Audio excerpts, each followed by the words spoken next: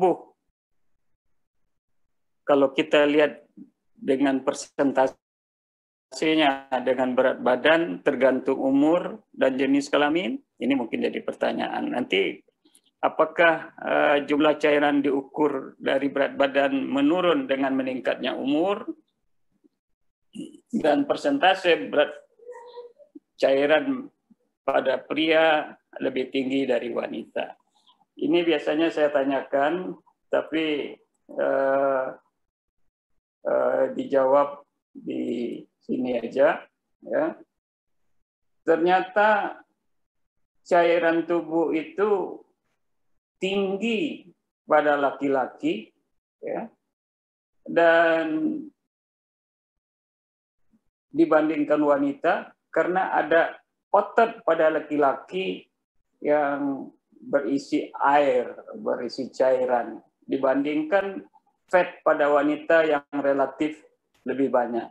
Jadi ini kamu bisa lihat pada wanita, ya, cuman berapa itu? 45% ya. Laki-laki berapa itu? Saya tidak pakai kacamata, ya. Jadi sangat tergantung dengan fat yang ada di dalam tubuh manusia tersebut. Apa yang saya maksud? Nanti kalau Anda kebetulan dapat pasien anak-anak, ya, dan anak-anak itu gemuk, ya, maka kehilangan cairannya yang Anda hitung, jangan sampai mengukur kepada berat badannya, karena fatnya lebih banyak. Begitu Anda berikan cairan diukur dari berat badannya, maka dia kelebihan cairan. Ya. Nah, apa yang terjadi kalau itu dilakukan melalui infus? Ya tentu dia kelebihan cairan. Cairan ini bisa masuk ke paru-paru, dia akan sesak dan kemungkinan ya malaikat Israelnya datang karena pemberian cairan dari Anda. Tidak mengukur secara jelas cairan yang dibutuhkan pada pasien tersebut karena adanya banyaknya zat lemak pada tubuhnya, ya.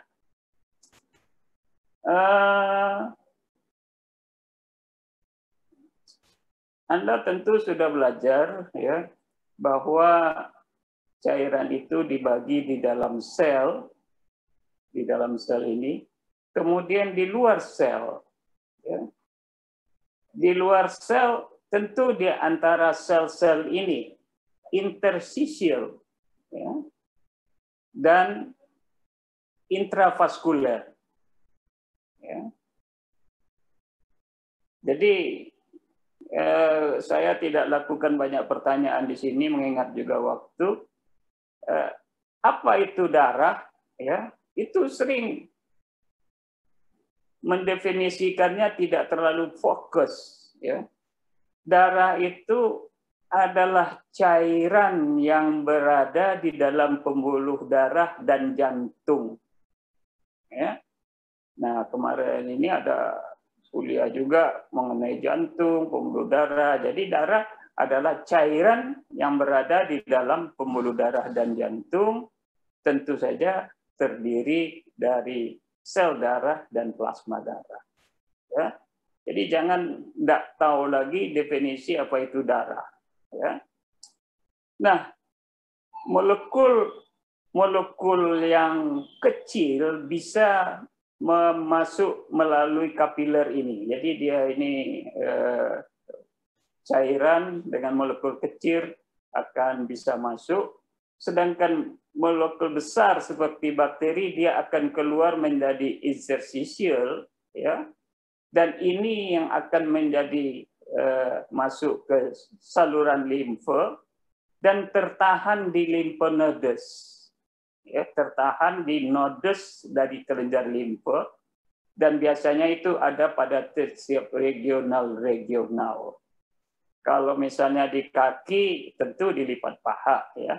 Kalau di lengan tentu di daerah ketiak ya. Nah, kalau daerah kepala tadi ya bisa di sebelah kiri dan di sebelah kanan regionalnya. Nah, di situ ada limfonodus yang menahan kalau ada benda-benda yang asing atau yang molekul yang besar seperti fat dan lain-lain sebagainya, molekul besar dia akan masuk melalui saluran limfo ini ya, dan sebagaimana Anda tahu dia akan masuk melalui ductus thoraciceus, akan masuk kepada vena cava jugularis, baru dia akan masuk ke vena cava setelah ductus dialysis, setelah disaring di limfonodus. Kalau ada saja yang tidak cocok dengan badan ya, maka di limfonodus ini dia akan bereaksi ya. Tadi reaksinya sudah kita bicarakan.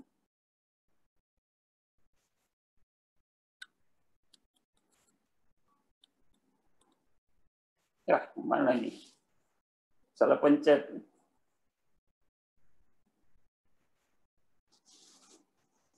F5 aja.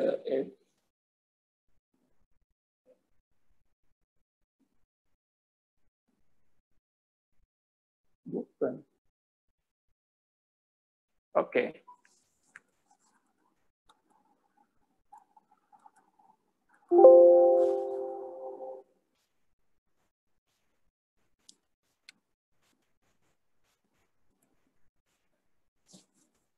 Ini keseimbangan cairan, ya. Tentu cairan yang masuk mesti sama dengan cairan yang keluar. Ini saya ambil dari Gayton, ya. Jadi Anda bisa lihat sendiri nanti. Dan biasanya kehilangan cairan itu sama dengan cairan yang kita asup, ya, yang kita minum. Ini slide saya kebetulan ya juga untuk apa namanya dulu waktu kita ada sekolah untuk internasional, jadi diminta dalam bahasa Inggris ya, jadi saya ambil dari situ. Gimana kita buktikan itu pada bulan puasa? Anda waktu dulu masih ya enggak, sekarang disuruh oleh orang tua untuk minum banyak supaya enggak haus ya. Ternyata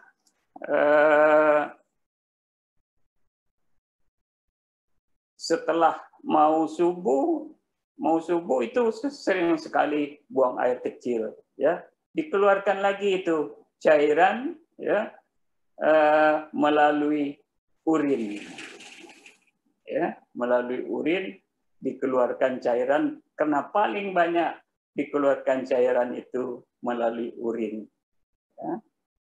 Dan yang tidak bisa kita hindari adalah kehilangan cairan ya, sekitar 400 cc ya, kita lihat di sini sekitar di sini skin 600 ya, lung hampir 300 ini ya, hampir 900 cc itu 28% cairan akan hilang melalui kulit dan paru-paru, pernafasan kita. Kalau Anda pergi ke Gunung Dempo, bernafas pagi hari di pinggir daripada jendela kaca, maka akan terlihat embun dari pernafasan Anda. Atau naik mobil aja pagi, juga pergi subuh naik mobil, ya terlihat embun. Ya, baik.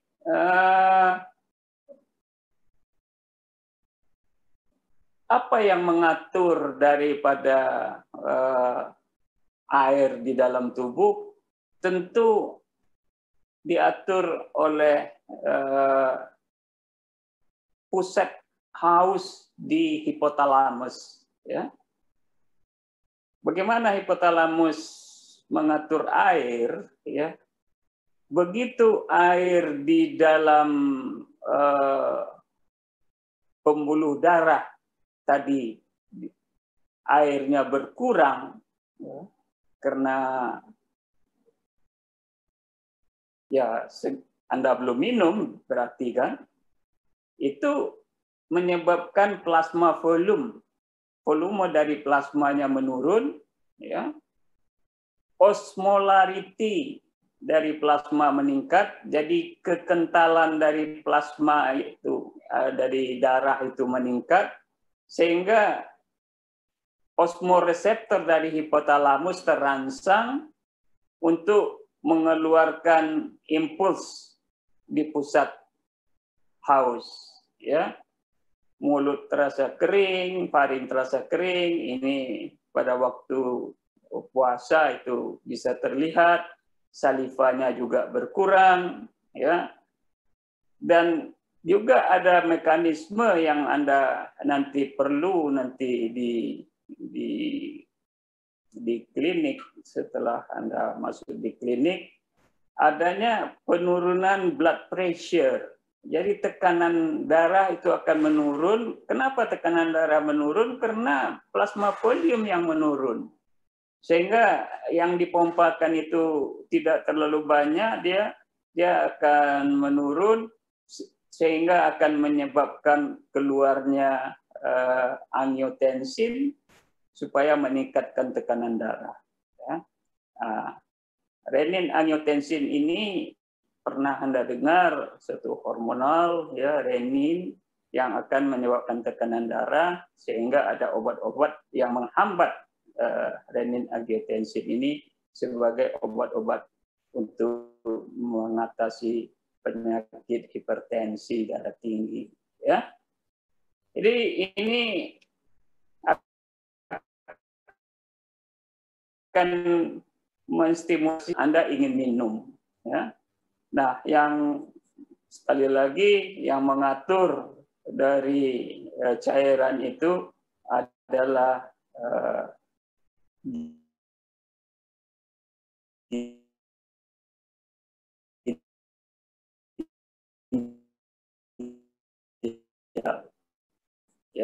ya kalau nanti dalam cairan saya bikin mesin, ya, apakah itu secara dialisis darah, hemodialisis, atau dialisis melalui peritoneal, ya, supaya cairan bisa tertarik lagi. Karena mau tidak mau cairan ini juga mesti ditarik, dia terlalu tinggi, juga ada bahan-bahan terlarut yang menyebabkan toksik ke tubuh kita, itu mesti kita keluarkan, ya. Ini saya cepat aja, ya. Ini ambient air, temperatur udara, ya, radiasi panas. Nah, ini menyebabkan cairan banyak keluar, ya. Dan yang tidak kita ketahui berapa banyak yang keluar melalui kulit, melalui keringat, ya, itu tidak bisa kita ukur. Dan untunglah kita ini mempunyai namanya zat tanduk, sering disebutkan sebagai zat tanduk cornified, ya, cholesterol filled cornified layer of skin, ya. Ini mencegah keluarnya cairan. Kenapa ini dicegah, ya? Kalau misalnya ini rusak, kulit kita rusak karena luka bakar misalnya, burn pasien, maka cairan akan keluar 10 kali lipat.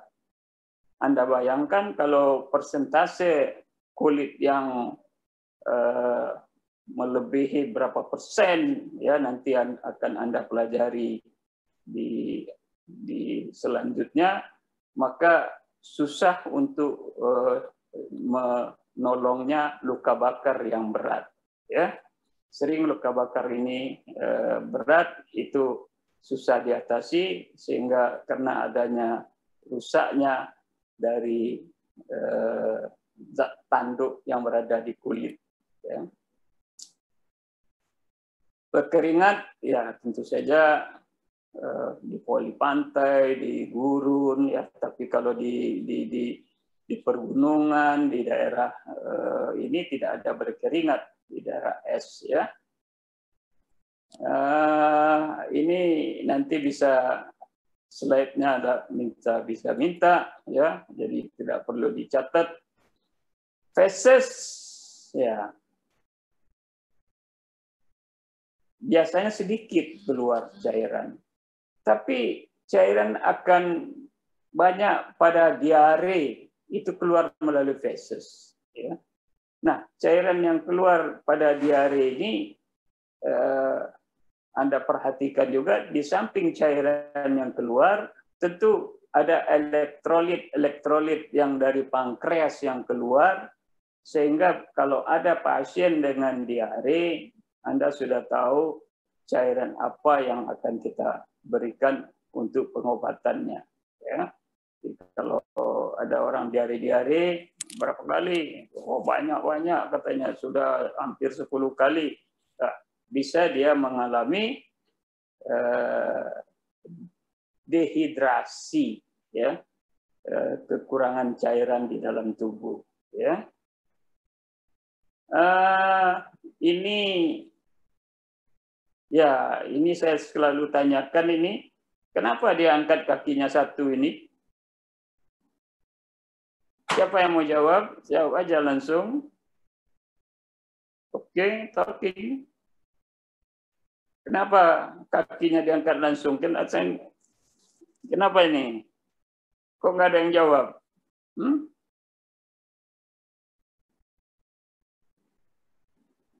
Ya. Kenapa kakinya diangkat satu? Saya inginkan Anda ini berpikir kritis, berpikir global seperti skenario yang tadi kita bicarakan, berpikir kritis. Kenapa kakinya diangkat satu? Ada yang mau jawab? Izin menjawab, Dok. Buang air kecil ya, Dok? Iya. Ini buang air kecil ya, kelihatan ya. Ini buang air kecilnya. Kenapa?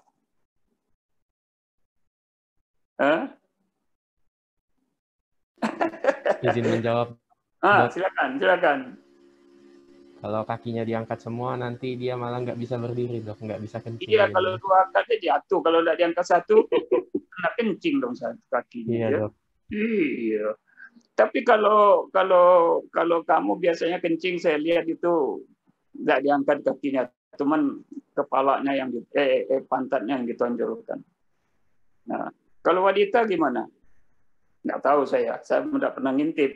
Tapi kalau kita lihat statistik, WC wanita itu relatif lebih tidak berbau dibandingkan laki-laki. Kenapa? Saya belum melakukan penelitian, tapi kira-kira aja. Kenapa WC wanita?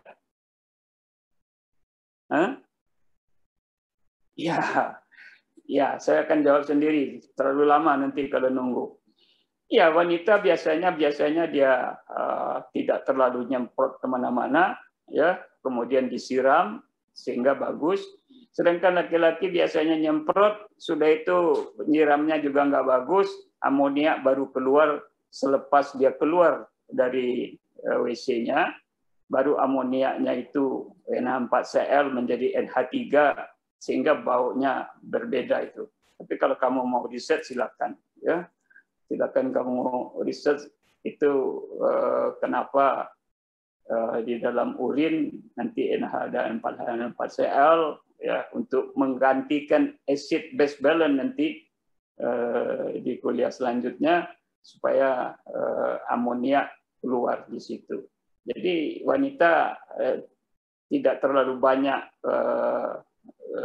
menyemprot kiri dan kanan, sedangkan pada laki-laki itu menyebabkan lebih bau. Wallahu alam, barangkali begitu, tapi kita lihat aja nanti. Ya, sekarang mungkin sudah agak bersih ya. Kalau dulu pasti sangat beda sekali.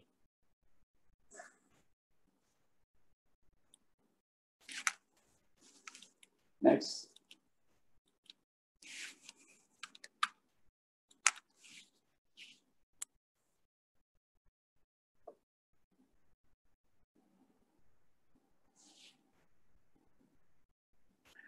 Ini fluid balance lagi ya.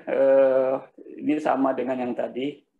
Ini output dan intake ya, keluarnya juga sama. Ini di Guyton ya. Guyton yang lama Anda bisa lihat di medical physiology. Jadi kita lanjutkan aja. Ini untuk mengukur berapa banyak cairan ya. Menurut umur ya. Jadi pada orang tua jadi dia cairannya juga kurang dan dia biasanya kurang minum juga. Sehingga banyak berefek katanya sekarang ini orang tua kena kurang minum, jadi dia banyak berefek pada badannya, dianjurkan kalau dia untuk banyak minum. Gender dan obesity, gender wanita dan laki-laki, kemudian kegemukan. Jadi total body water itu, total cairan di badan kita tergantung dari 3 yang ini. Ya. Kemudian tentu yang paling banyak intraseluler dan ekstraseluler. Tapi yang terbaru itu adalah transseluler. Di mana itu? Slide-nya. Kita kembali aja dulu. Nah, intraseluler.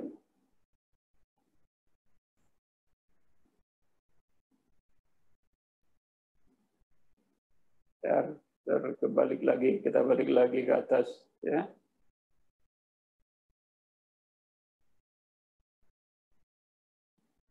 Dulu ada intraseluler, kemudian ekstraseluler, kemudian nanti ada transseluler di tempat-tempat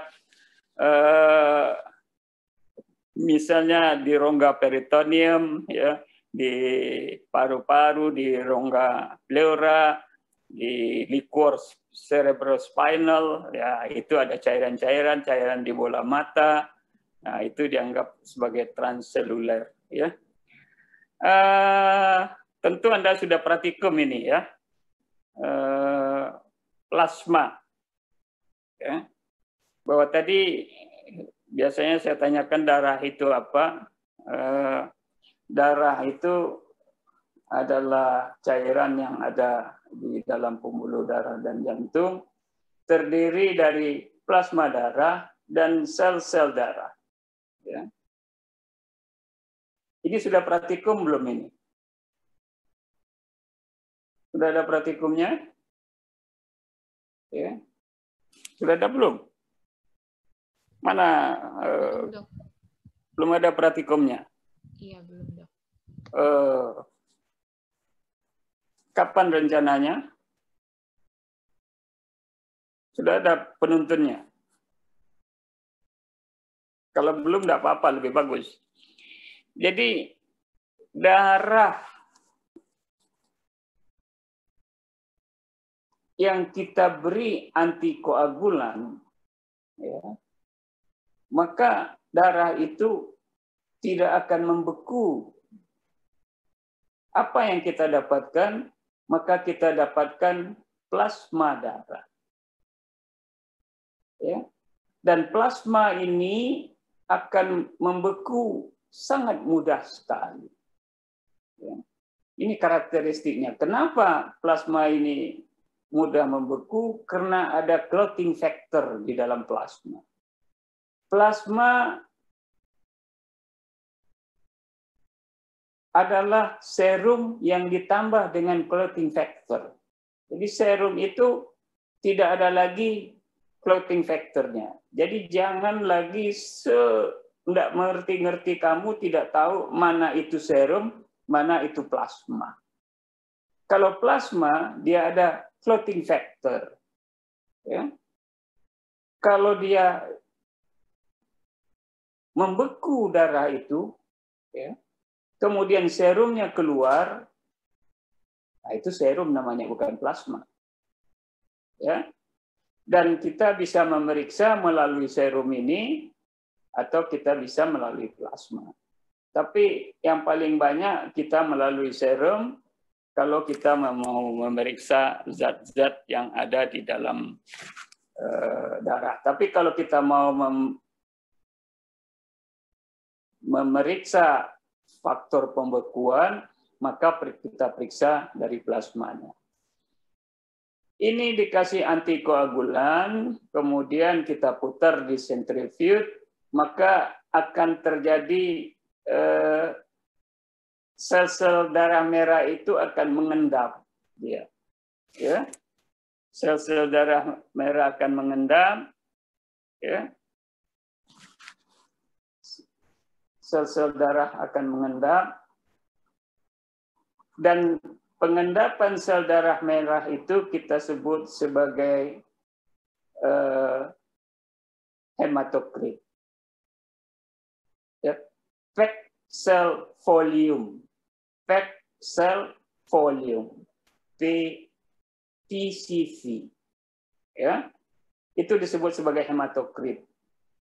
Ya. Di antara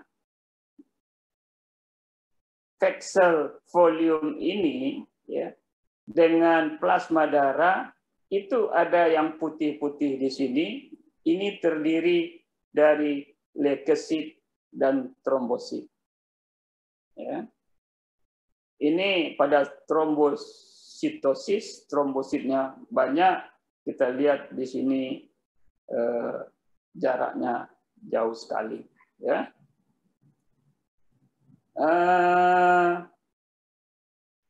Ini pixel volume. Ya.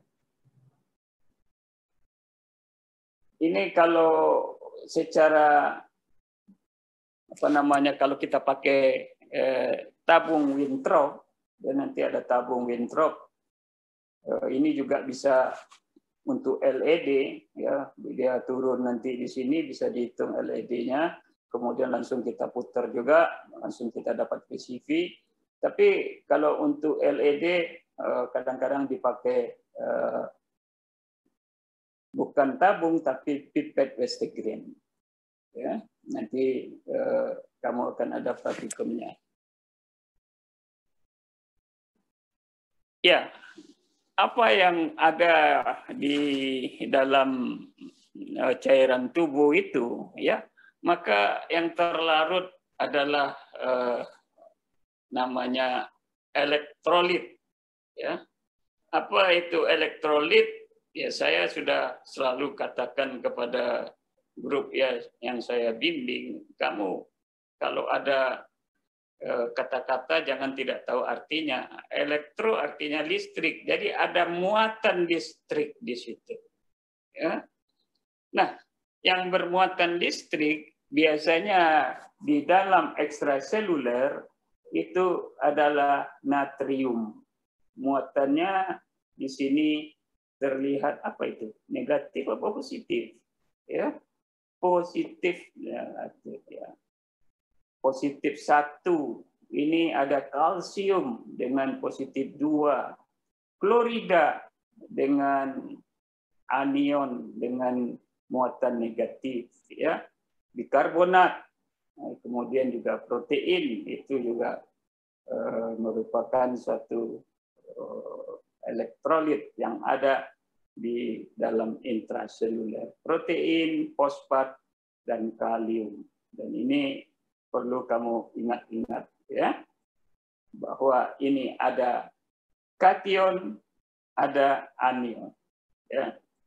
Dan kamu lihat di ekstraseluler ini yang paling banyak adalah natrium dan klorida.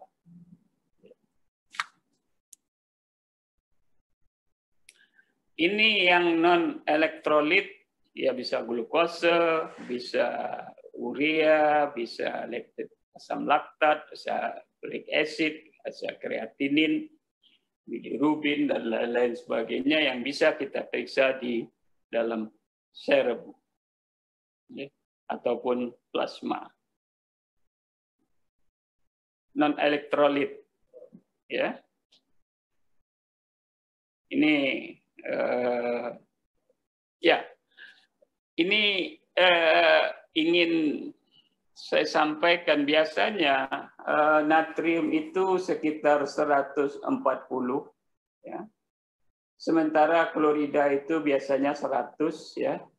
Jadi 140 dengan 100 bedanya kira-kira 40 ya. Supaya kamu ingat. Ini kita ambil dalam tengahnya, biasanya segitu. Kalau ini referensinya dari buku Burton, tapi di buku lain referensinya enak. Klorida ini beda lagi, ya tidak 106 sampai 108 itu.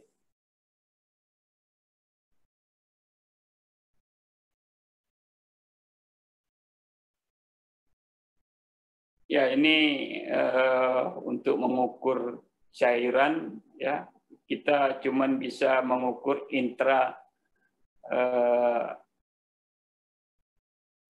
plasma volume ya yang bisa kita ukur itu. Kita tidak bisa mengukur di tempat-tempat di dalam sel dan lain sebagainya. Ini yang disampaikan di sini ya, ini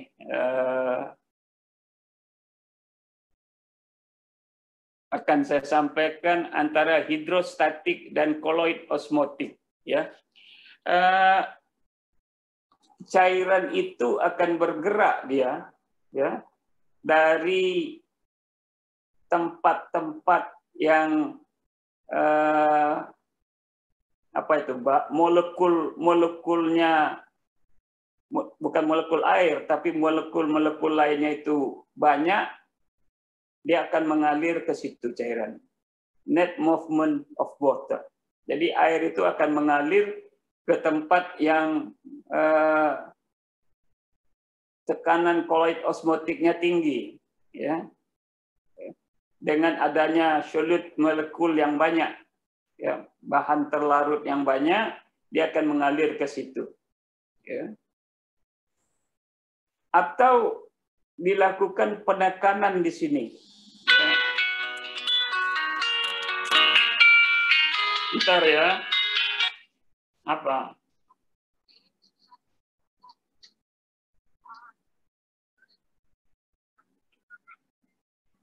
Ya sudah, kita tahu dan tunggulah. Ya.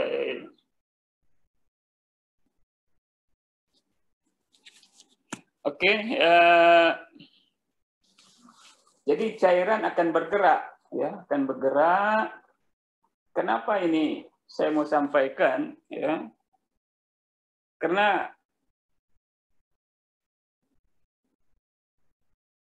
ini kalau cairan bergerak, ya, selnya itu jadi mengkerut, ya.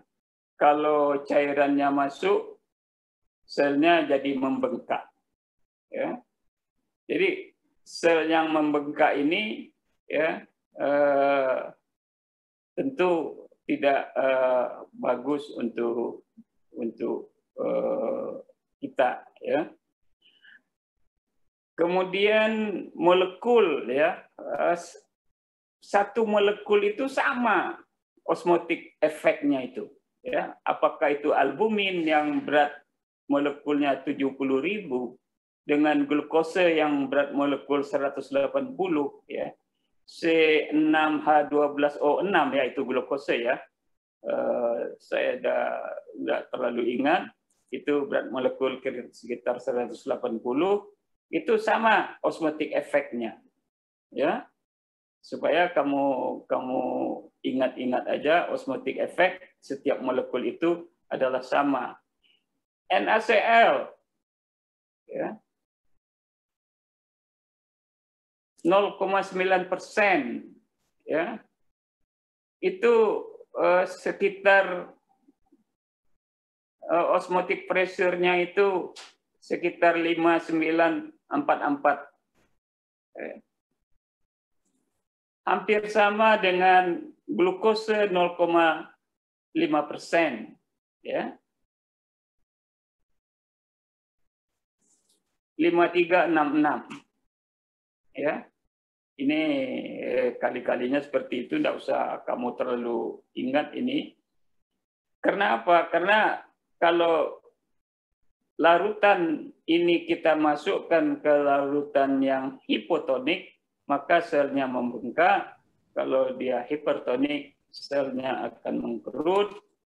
Kalau dia isotonik, selnya tidak berubah.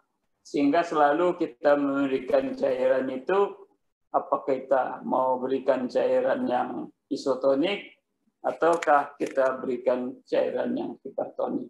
Sering dulu kalau ada gangguan dari, tapi sekarang sudah enggak lagi. Waktu kita praktek dulu belum ada banyak alat-alat. Kalau ada orang mengalami udem di daerah kepala, karena benturan misalnya kan, kita berikan glukose 10% supaya cairan bisa ditarik dari udin kepalanya itu. Tapi sekarang sudah lain lagi teknik orang-orang neurologi, ya. Kalau dulu kita kasih yang hipertonik supaya cairan ditarik, sementara glukosenya bisa dimetabolisme.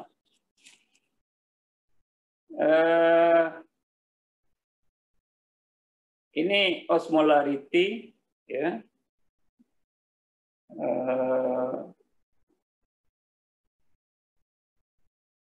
Plasma 1 miliosmol greater because osmotic effect of plasma protein, ya. 20 mm Hg greater pressure in the capillary. Jadi di kapiler itu dia akan menarik lagi cairan karena osmotic pressure-nya lebih tinggi, kira-kira 20 mm Hg, ya. Milimeter air raksa.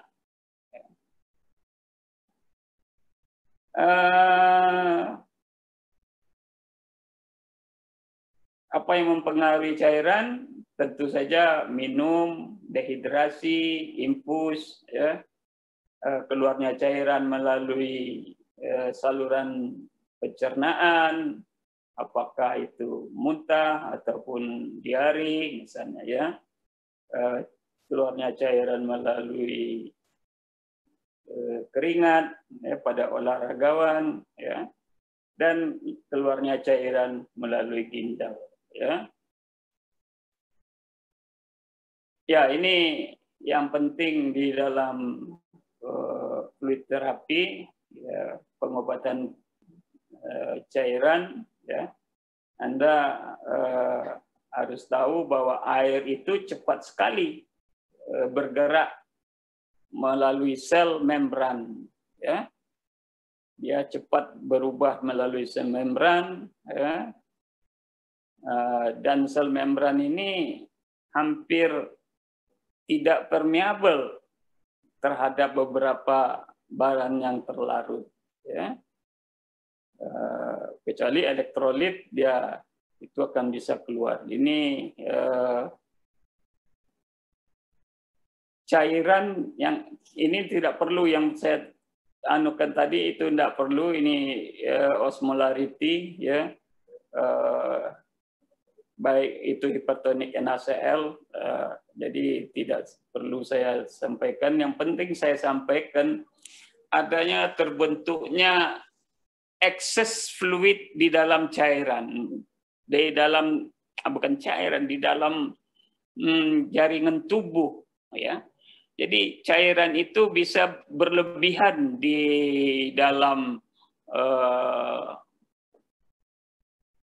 tisu jaringan di dalam badan, ya, dan terbentuklah yang disebut sebagai edem, ya, edem. Jadi kalau bahasa lahatnya laudem, ya, udem, ya. Udem itu sudah, ya, sudah terbentuk rupanya pembengkakan, ya. Nah, ini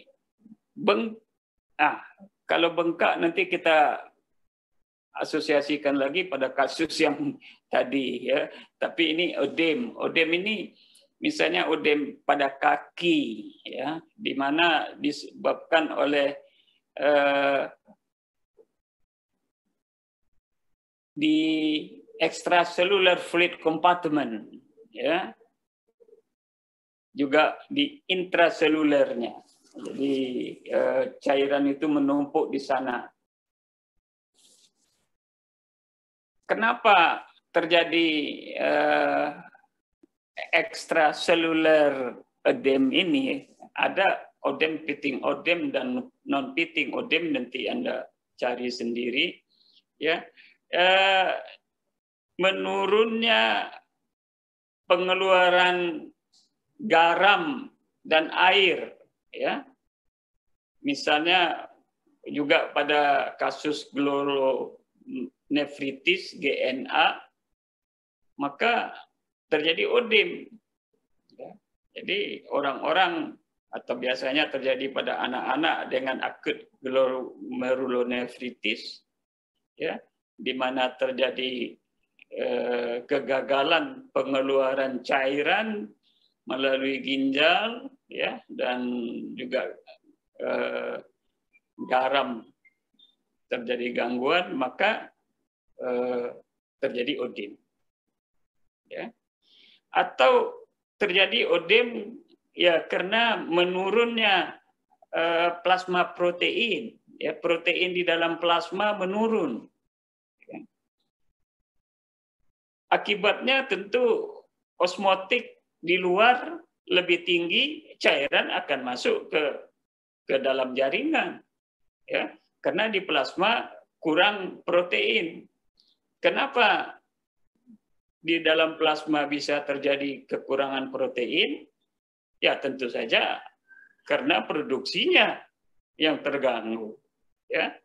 Misalnya apa yang memproduksi albumin, nanti Anda pelajari, itu biasanya hati, gangguan pada hati, ya, sehingga albumin tidak diproduksi sehingga dia kekurangan, atau memang albuminnya yang keluar, ya, adanya keluarnya leakage protein dari plasma, misalnya pada nephrotic syndrome, ya, di mana protein banyak keluar sehingga terjadi odem yang disebut sebagai odem yang menyeluruh ke seluruh tubuh, disebut sebagai odem anasarka, ya.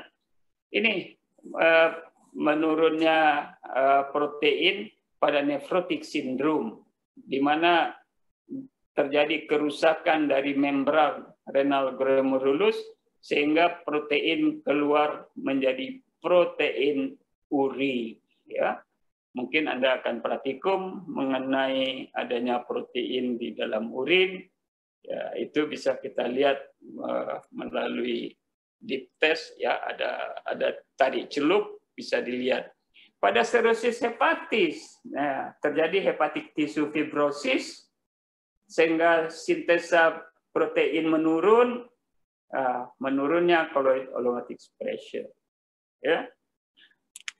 Jadi hal-hal yang begini yang perlu Anda pelajari, ya, untuk ke depan, ya.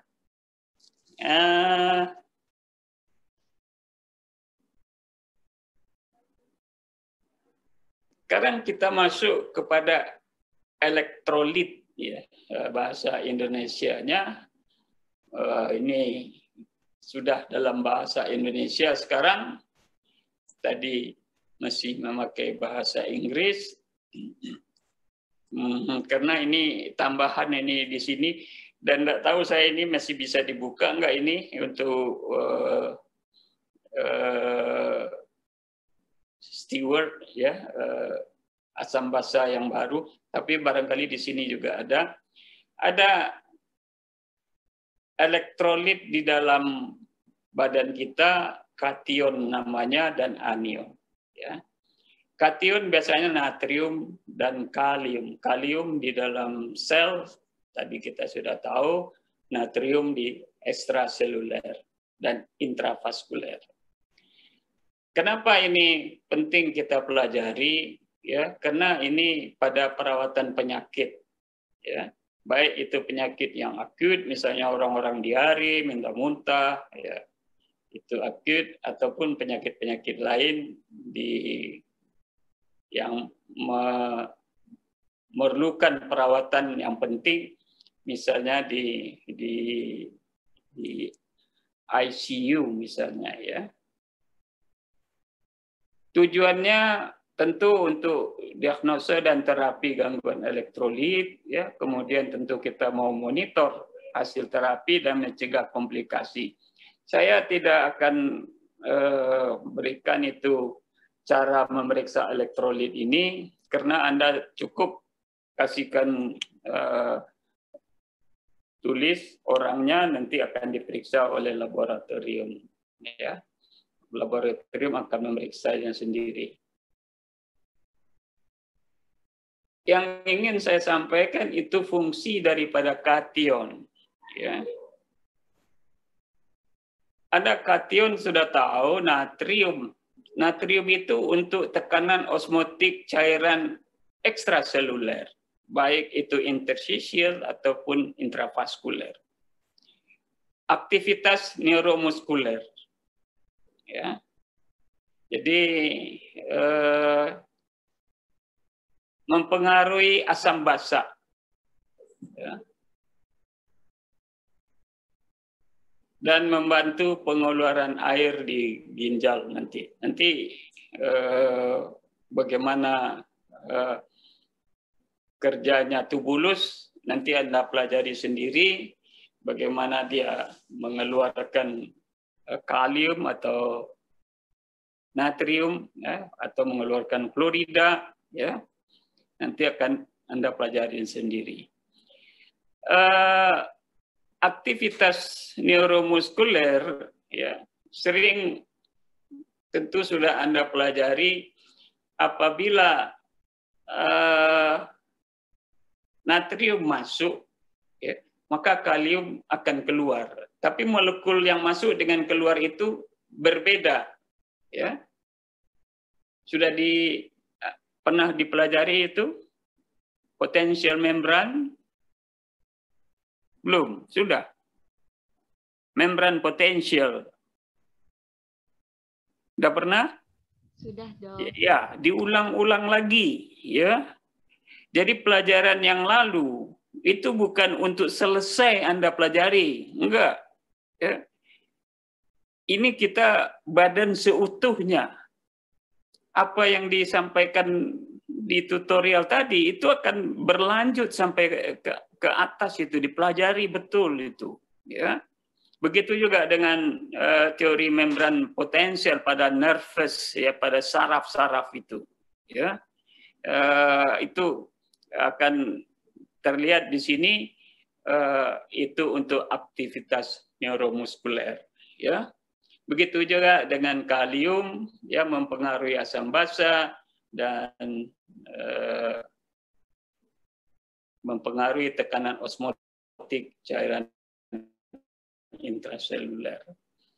Kalsium, ya, kalsium ini penting juga aktivitas neuromuskuler, ya.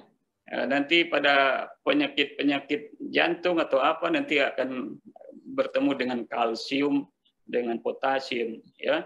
Dan perkembangan rangka dan pembekuan darah, ya.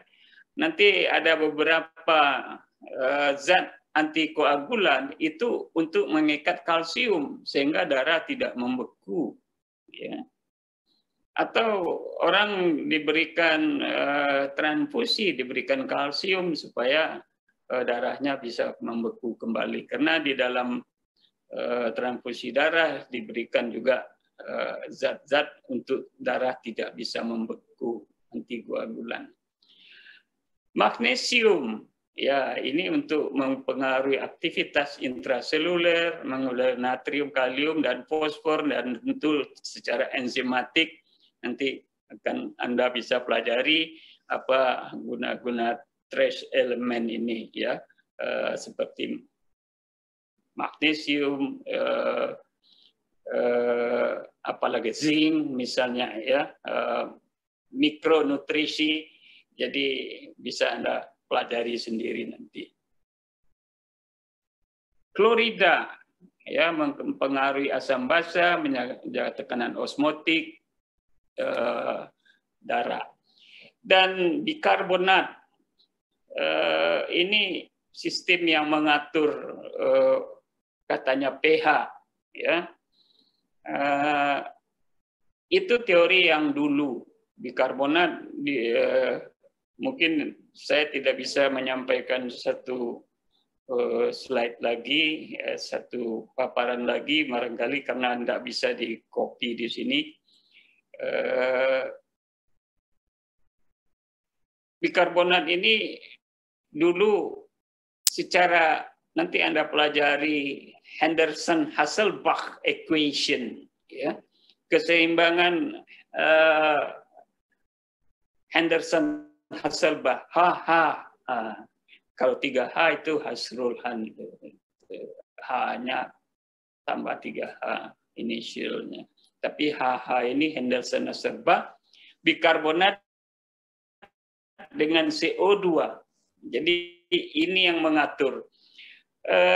Saya tidak bisa menyampaikan, tapi saya bisa kira-kirakan begini kalau secara gambaran, ya.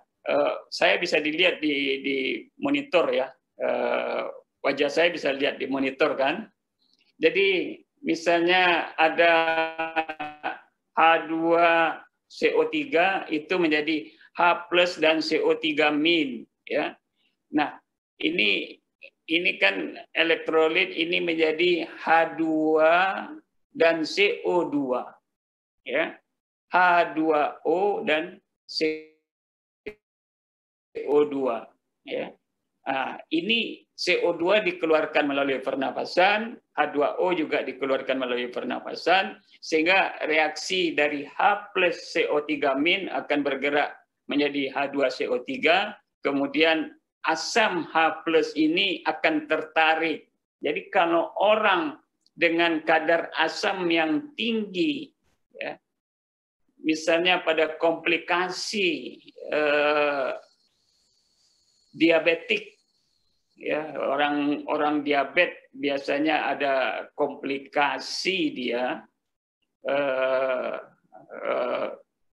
di mana dia menjadi asamnya tinggi, maka dia akan bernafas dengan cepat dan dalam, ya, pernafasan Kussmaul, ya. Karena kenapa dia menjadi diabetik asidosis? Karena zat-zat lemak di metabolisme, karena dia gula tidak bisa di metabolisme, sehingga yang di metabolisme adalah zat lemak, maka menjadi butyric acid, keto acid dan lain-lain yang menyebabkan keasaman di dalam darah tinggi, maka dia bernapas cepat dan dalam, dan bau nafasnya juga itu bau buah-buahan yang tadi disebabkan acetoacetic acid, ya. Jadi kira-kira seperti itu, sehingga orang menganggap CO3 ini yang akan mengatur pH di dalam darah, ya. Teori Henderson-Hasselbalch. Sekarang teori itu ya, ini tadi nilai rujukan beda dengan yang putih tadi. Ini nilai rujukannya Na itu 135/145, jadi 140 rata-ratanya. Sedangkan klorida 100, jadi beda 40, ya. Jadi kenapa NaCl ini saya sampaikan, gangguan dari asam basa ini, ya, ini mengundang malaikat Israel, ya. Kenapa begitu? Saya mau kasih tahu homeostasis, ya. Jangan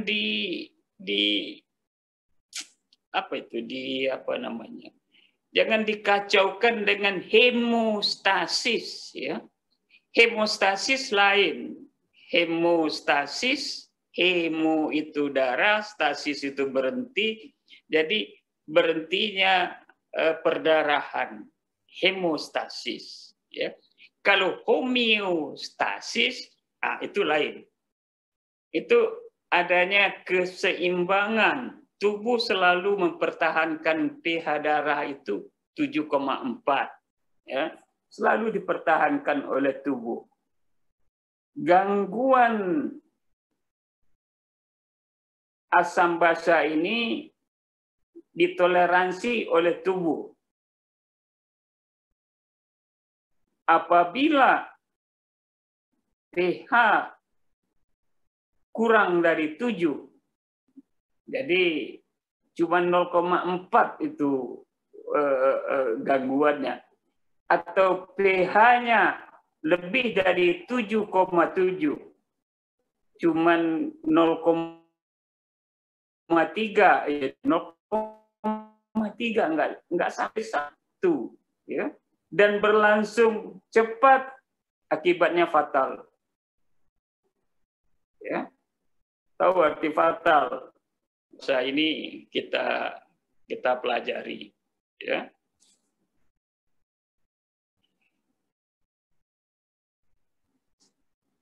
Apa fungsinya yang paling banyak itu oleh ginjal, di mana dia mengeluarkan ion H, ya. Jadi asam itu dia keluarkan agar basa seimbang. Nanti kamu pelajari sendiri itu, ya. Ini yang lama, ini yang saya bilang Henderson-Hasselbalch equation, ya.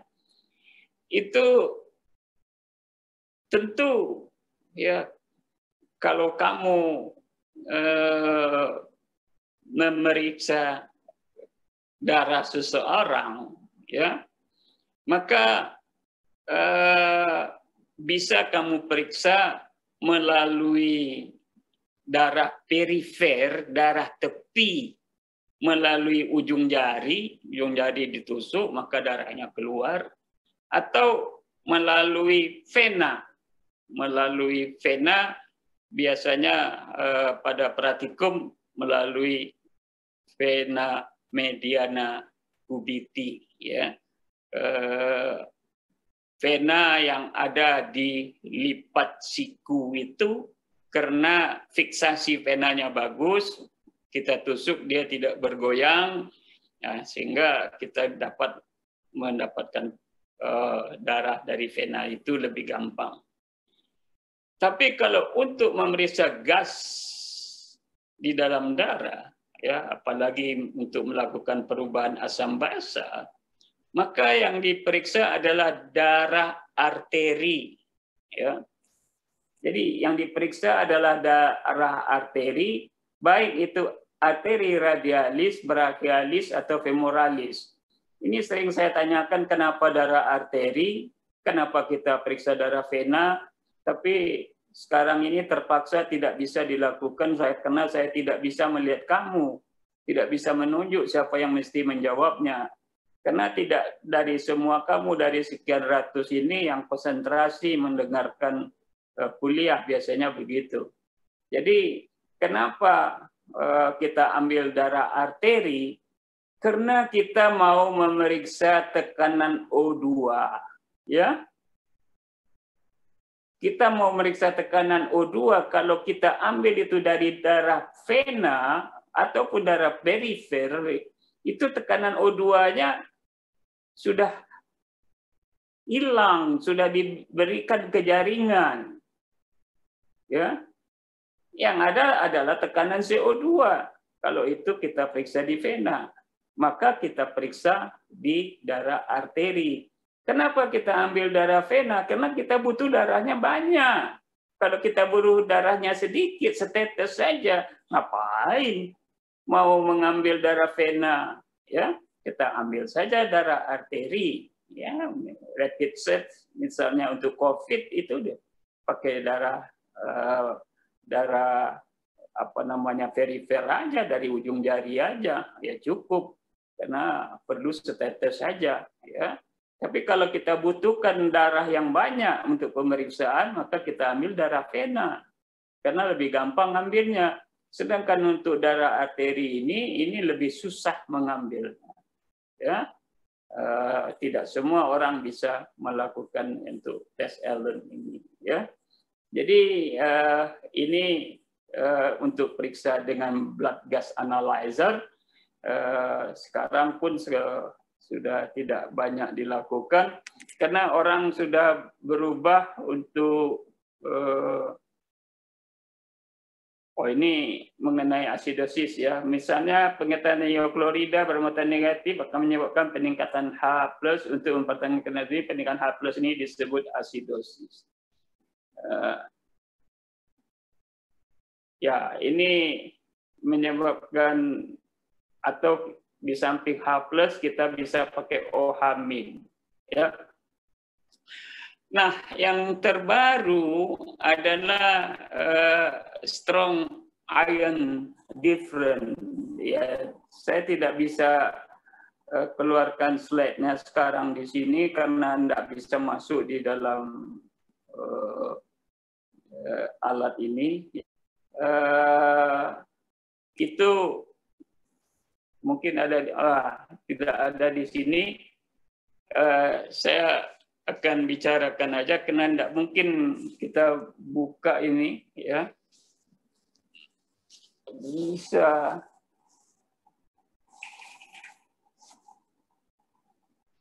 mana petugasnya nih?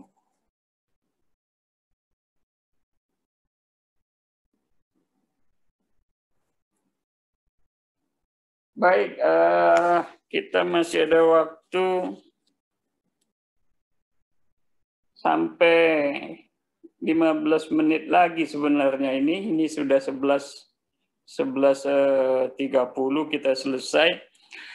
Jadi prinsipnya begini, nanti kamu cari prinsip dari Jonathan Waters ya. Itu H2 dan CO2. Jadi di situ ada keseimbangan. Coba lihat tangan saya. H+ dan OH-. Ya. Jadi asidosis, alkalosis. Jadi kalau H+-nya banyak, tentu dia menjadi asidosis. Nah, ini tergantung kepada strong dan klorida. Kalau natrium dan kloridanya bedanya 40, kalau dia natriumnya berkurang, ya, berkurang natriumnya, ya, berkurang, maka jaraknya makin besar, ya, natrium berkurang, maka dia menjadi alkalosis. Kalau natriumnya dengan kloridanya menyempit, artinya natriumnya, kloridanya yang turun, klorida turun, misalnya pada muntah-muntah banyak HCl yang keluar, seperti kamu tahu di gaster itu HCl sangat banyak sekali, ya. Muntah-muntah pada hiperemesis gravidarum misalnya, ya, muntah-muntah karena dia hamil muda, maka kloridanya banyak keluar, kloridanya rendah, natriumnya tetap, maka jaraknya menyempit, maka apa yang terjadi? Terjadi asidosis. Ya. Itu teori dari Stewart. Ya. Nanti kamu baca acid base balance menurut Stewart. Dan mungkin ini bisa kamu cari di yang lama, karena saya tidak bikin kuliah yang baru, karena kuliah ini cukup sebagai pengantar kamu nanti yang akan lebih dalam di mempelajari di bagian ya di ICU. Yang pegang ICU tentu dokter-dokter spesialisnya nanti. itu akan memberikan mengenai steward ini. Ya, saya kira itu saja. Sampai di sini ada yang ingin ditanyakan.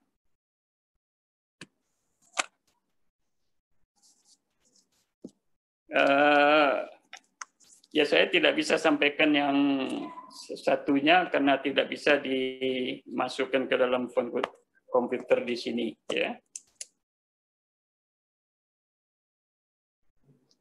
Jadi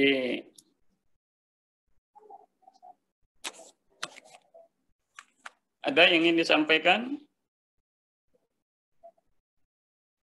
Baik, kalau tidak ada, ya kita tutup saja kuliah kita ini dengan mengucapkan hamdalah. Ya.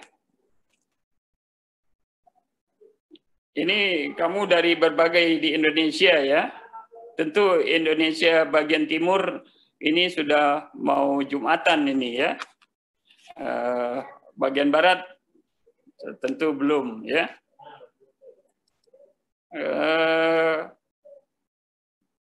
Yang dari Rengat ada di sini? Ada enggak dari Riau?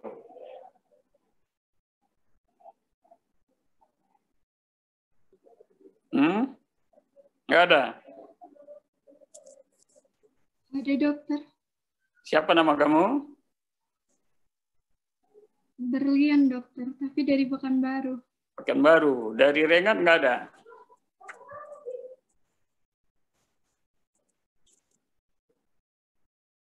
Aha. Jadi kalau yang dari barat tentu belum, ya. Berlian tentu margamu.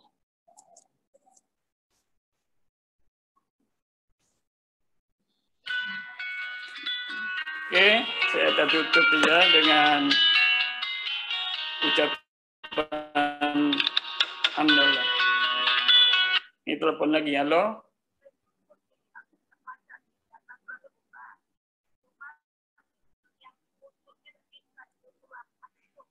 Ya sudah, ya.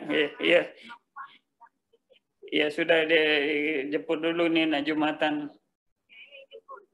Ya. Yuk, saya tutup dengan ucapan hamdalah. Ya, assalamualaikum warahmatullahi wabarakatuh. Waalaikumsalam warahmatullahi wabarakatuh. Terima kasih banyak, Dok. Terima kasih banyak, Dok. Terima kasih, Dok. Terima kasih, dokter.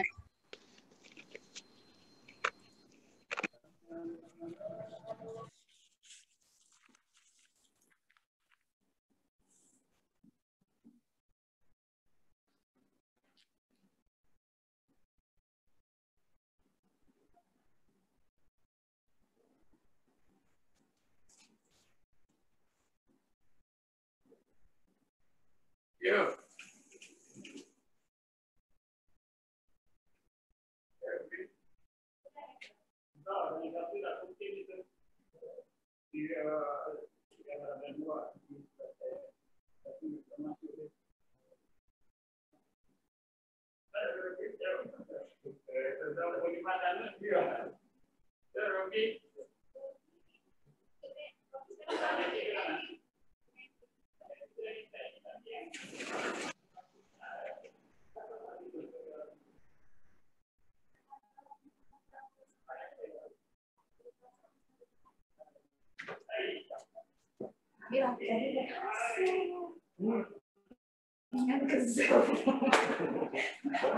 Bahagia aku nyeser ke apa materinya,